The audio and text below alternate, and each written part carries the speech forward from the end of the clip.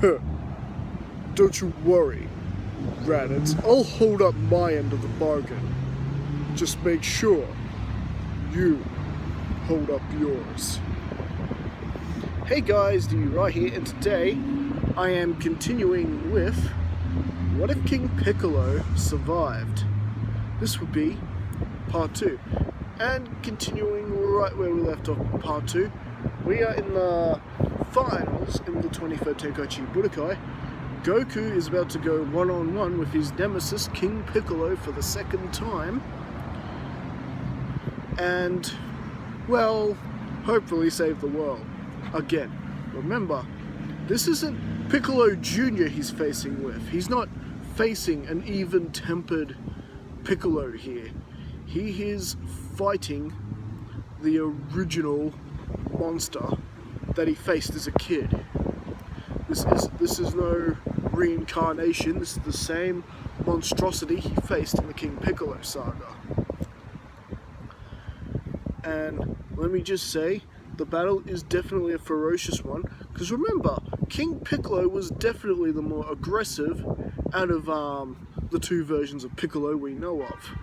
Piccolo Jr. was always calmer, a bit more content to study his opponents before he'd crush them. King Piccolo, on the other hand, he's going straight for the gold here. He's not holding back anything and going straight after Goku.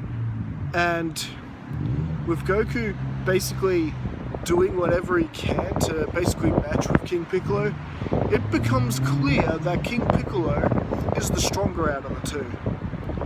But how is that? divert.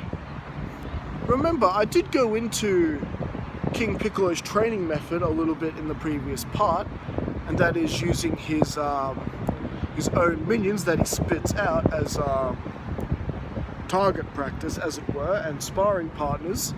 This meant that King Piccolo really, put himself through hell in order to get stronger, so he could get his revenge on Goku. But mind you, Goku hasn't exactly been taking it easy either.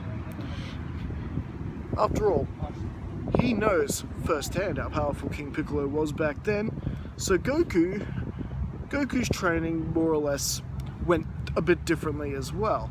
This wasn't about fighting some reincarnation. This is fighting the original monster, the monster that had basically responsible for not only Roshi's death, but Krillin and Chaozu's death as well, and the Martial Arts Society. Luckily, Kami brought back the Dragon Balls, much like in the original. Essentially, it's not looking too good for Goku right now. Before Junior had some serious bloodlust towards Goku, definitely nothing compared to the original. And so, essentially, Goku is going to have to really put out the stop if he's going to start getting the better of Piccolo, which he manages to do with a Kamehameha wave, which was actually came from his feet, not his hands, and a rocket punch, similar to the sort of rocket punch that should have done in King Piccolo originally from the original story, but at least now King Piccolo is now at least taking some damage from Goku, and well, most of Goku's blows to the gut is to try and make King Piccolo cough up Kami. However, that does get easier for Goku when he makes the same mistake that Junior makes in the original, tried to make himself gigantic enough that Goku's able to fly into him and rescue Kami, much like he does in the original from Piccolo Jr. Anyway, Kami is released, and the rest of the battle goes on with both of them still pretty much evenly matched. Goku recognizing this is a battle to the death. Goku is still, of course, much like in the original, trying to win the tournament. However, he's not letting himself fall for any of Piccolo's trickeries. After all, this is a guy who's bent out on destroying him, after all. And as far as the tournament ending and Goku winning it, he actually manages to win it a lot easier than he does fighting Junior. Because remember, King Piccolo doesn't care about the tournament, he's just out there to kill Goku. So he's not going to stop fighting just because he falls out of the ring. And he did fall out of the ring a little earlier in the battle, it's just that King Piccolo is keeping the fight going because he wants to, kill Son Goku. And, well, when it comes to both of them being tied up from one another, it's basically going to come down to who's the smartest fighter, who's going to end this battle. And essentially, it's pretty much Goku who pretty much ends up winning the battle in the end is, well, mainly because pretty much the moment King Piccolo fell out of the ring, the tournament was over. His friends could then butt in and help him, and since King Piccolo was pretty much on the verge of killing Goku at this point, Tien, Roshi, and Yamcha pretty much got involved. What about Krillin, DB right? Well, let's not forget Krillin's hospitalized at the moment, along with everyone else that King Piccolo fought in the tournament. So, Kami is trying to explain that Tien and Roshi and Yamcha, they could just easily kill Kami and this mess would be over. But Roshi, of course, twists down. There's no need for any of that. No need to needlessly throw your life away. We can handle this ourselves. And with everyone else basically interfering, basically King Piccolo is now suddenly on the losing side of this, and boy does he end up sore after everything that pretty much the combined team of Tien, Yamcha, and Roshi end up doing to him. And Piccolo being forced to use his big giant wave-like attack to try to take out everybody, it doesn't work. They had managed to hide themselves underground in a hole, but where's Goku? Did he manage to wipe out Goku? No. There he is, flying towards him like a torpedo, and essentially takes out King Piccolo, much like he takes out Piccolo Jr. in the original story. So, essentially ending the same. King Piccolo was definitely the stronger one out of the two. The fight did have quite a few differences in it, and if it weren't for his friends stepping in when they did, Goku probably would have been wiped out. And well, essentially, Goku is given a senzu bean. He's celebrating a little bit from winning the tournament. After all, he didn't get a chance to celebrate on the spot before, because, he was still fighting King Piccolo. And so, essentially, with that, we've got the end of the tournament saga. Now, with that, Goku does give King Piccolo a senzu bean, because, Goku letting his enemies go, Goku does that. And, essentially, now you might be thinking King Piccolo could just start the fight all over again and battle Goku again, but now Goku knows all these tricks. It's not going to do King Piccolo much good if he keeps fighting, especially if his friends are just going to interfere again. So, It would seem once again you have beaten me, kid. But don't let it go to your head. You're far from being my equal.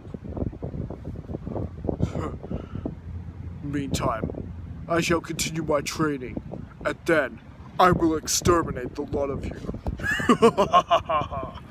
King Piccolo flies away, and then we, Goku, of course, marrying Chi-Chi like in the original story. I haven't made any other differences except the fact we got King Piccolo instead of Junior. They give birth to a little son in Gohan, and we head into the time skip with the appearance of Raditz. And just like in the original story, Gohan and Goku are on their way to Kame House to Goku see all his friends again, and of course introduce Gohan to everybody. Much like in the original story. And Piccolo, King Piccolo in this case, is hanging out in his wasteland, which he's actually dubbed sort of his own sort of territory, his own kingdom. He's got his own region of monsters there. They are training and getting stronger, and some of the more elite ones are training with King Piccolo himself. And of course he's making himself stronger in that regards and making his own elite guard strong enough. You may remember them from some other what ifs I've introduced these certain characters. Violin, Triangle, what did I name the third guy?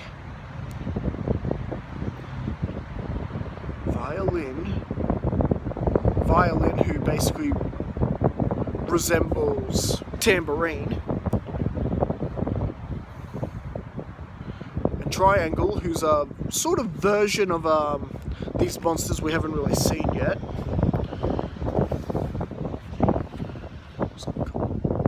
I think I named him Gong, as in the Chinese instrument they hit and it goes really loud. Yeah, it was Gong, and he pretty much looks like Drum. And they're Piccolo's basically elite unit. And one day while they were out terrorizing another desert village or something like that, well, this is where we get the appearance of Raditz, who more or less does the same thing he does in the original, you know, taking out a farmer and picking up power levels. And the thing is, with Raditz, he's seeing quite a few high power levels. He figured the highest power level on the planet's going to be his brother Kakarot, which as we know is Goku, but he's seeing all these other power levels that could be roughly the same power level as what Kakarot could be, considering Kakarot hasn't fulfilled his so-called mission, which, as we know in the main story now, Goku was never sent there to conquer it. Raditz is only assuming he was sent there to conquer it. But needless to say, Raditz is going to check out these numerous sources of power levels that he's detected on the scouter before checking out these 3, 4, or 5 that are assembling in the same area. Now he's going to check out the 50 or so that are in the same area, taking him straight to King Piccolo, flying for the strongest one among them. But as he's flying around, Raditz gets sort of a rude awakening, being suddenly attacked by some of Piccolo's legions. Well, pretty safe to assume that none of you are Kakarot. Ha! Very well. I shall stretch my legs a little bit. And well, needless to say, none of Piccolo's legions are a match for Raditz. None of the ones that attacked him anyway. His elite guard is a different story, who are currently with King Piccolo. So, after Raditz gets rid of a good portion of Piccolo's legion with a simple wave of his hand, he simply continues his course until he finds King Piccolo and his elite guard standing there. And the power levels are significantly higher. And well, with the elite staring there, and remember they're all telepathically linked. They know this is the man that wiped out a quarter of King Piccolo's total legion. You dare attack my kingdom? Explain yourself, human. Human? How dare you rope me in with this lot? I happen to know I am a Saiyan elite from planet Vegeta.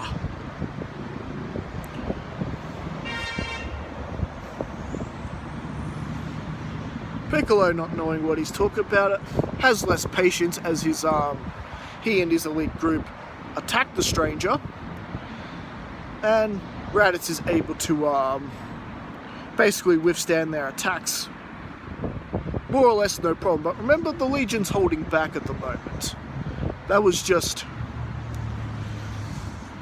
you could say, Piccolo being a nice guy at the moment, playing nice as it were. Not even a warm-up.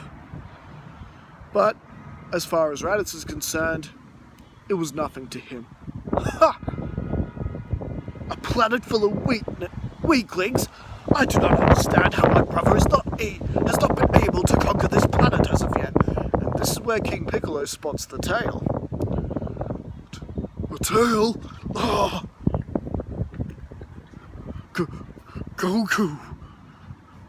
What? Explain yourself. What is this Goku? And King Piccolo begins to fill him in that a boy with a tail has continuously interfered with his plans for global domination, stopping him on 2 occasions. And that this boy is now, in fact, fully grown. So you're saying he has a tail? He has spiky black hair, kind of like mine? That sounds exactly like my brother. Where is he? Take me to him at once, if you want to continue breathing, Namekian. What? Namekian? Never mind that. Just take me to my brother at once. And well, with King Piccolo's display of, Raditz's more display of power earlier, perhaps it's best that he takes Raditz to his brother. Hey, with any luck, they'll start fighting and destroy each other, and King Piccolo can continue his plan for world conquest. It's a no-brainer. Very well. Oh, and just in case you're thinking of trying anything cute, don't bother. There are 2 more like me. However, both of which are 3 to even 10 times stronger than I am. And this puts any pot of treachery towards anything Piccolo might try at ease. Now suddenly these Saiyans are popping up like daisies. Very well, Raditz. I will take you to your brother. However, you and your Saiyans leave this planet alone. This planet is mine for the taking. You're in no position to be giving any demands, Green Man. However, we couldn't really sell this planet for much anyway. So very well. You bring me to my brother, and I will at least consider not conquering your planet. So, with Raditz, King Piccolo, and well, King Piccolo has ordered his elite guard to stay out of this, at least for the time being. Piccolo will telepathically signal them if and when he wants them to intervene. So right now it's just Raditz and King Piccolo heading straight for Kame House. And I think that is where we're going to leave things for right now. So what do you guys think? Did you enjoy this part of the story? How are things going to go in this part of the story? Is it going to be King Piccolo and Raditz versus Goku this time around? Or is King Piccolo up to something a bit more crafty? All this and more next time